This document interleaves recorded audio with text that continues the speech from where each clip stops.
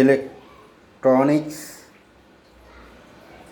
Gas light, কোনো gas লাগবে না। স্পার্কিংয়ের মাধ্যমে গ্যাসের চুলা জ্বালানো যাবে। এটা সুইচ, এখানে স্পার্কিং হবে।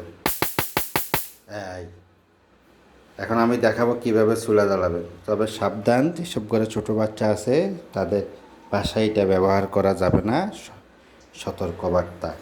এখানে হাই ভোল্টেজ সৃষ্টি হয়। তাহলে আমি চুলা জ্বালালাম, এখন চুলা জ্বালাবো। এই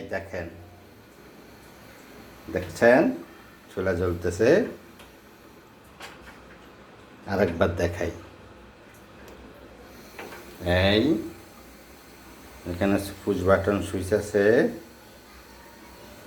এই দেখেন,